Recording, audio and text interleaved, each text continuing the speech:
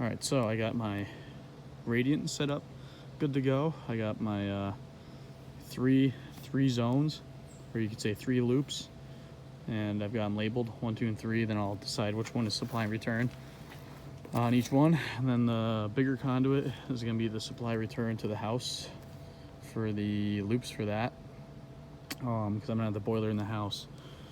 But that's pretty much it. I got it all under test right now. Let me see.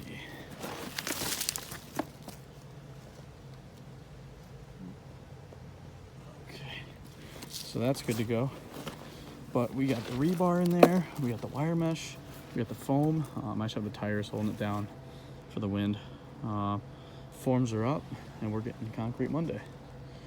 So that is it. Things are looking good. And here it is. We've got our slab down. Just have to let it cure now. But we are ready to start building. Got to do some drainage around the outside, some simple stuff like that, and then have to get the slab inspected, and then from there I'm allowed to build. But she's looking good. They cut some stress cracks, you know, one across that way, one across that way, and then they only did it 1.5 inches down because I was worried about the radiant, but the radiant isn't for, you know, 4 to 6 inches down.